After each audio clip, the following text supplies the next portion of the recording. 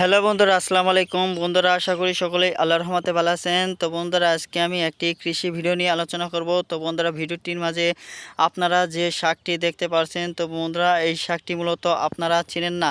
তো বন্ধুরা, আজকের এই ভিডিওটি তাদের জন্য বন্ধুরা, যারা বন্ধুরা শরীরে বিষাক্ত বিষে, তো বন্ধুরা শরীরে ভরপুর, তো বন্ধুরা শরীরের বিষ দূর করতে বন্ধুরা খুবই গুরুত্বপূর্ণ ভূমিকা পালন করে থাকে এই শাকটি। তো বন্ধুরা, শাকটি কিন্তু নাকের সামনে নিলে অনেক গন্ধ আসবে।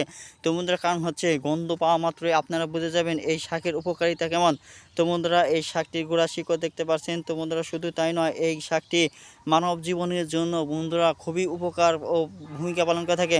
তো বন্ধুরা, বিশ্বাস করুন, মানব জীবনের জন্য অতি গুরুত্বপূর্ণ একটি শাক।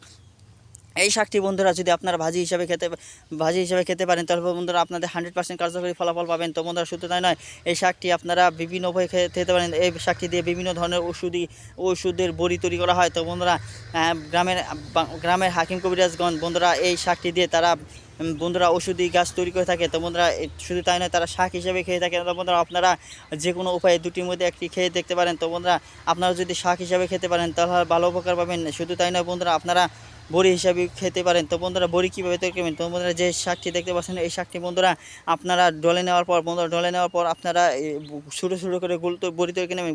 বড়ি তৈরি করে নেওয়ার পর বন্ধুরা আপনারা রোদে শুকিয়ে নেবেন। রোদে শুকিয়ে নেওয়ার পর তারপর বন্ধুরা অনেক দিন পর যে শক্ত পর বড়িগুলো একটি বয়ামে রেখে দেন, পাত্রে রেখে দেন। তারপর বন্ধুরা আপনার প্রতিদিন পর বড়িগুলো সকালবেলা একটি এবং কি রাত্রিকালে একটি করে খেতে নেন।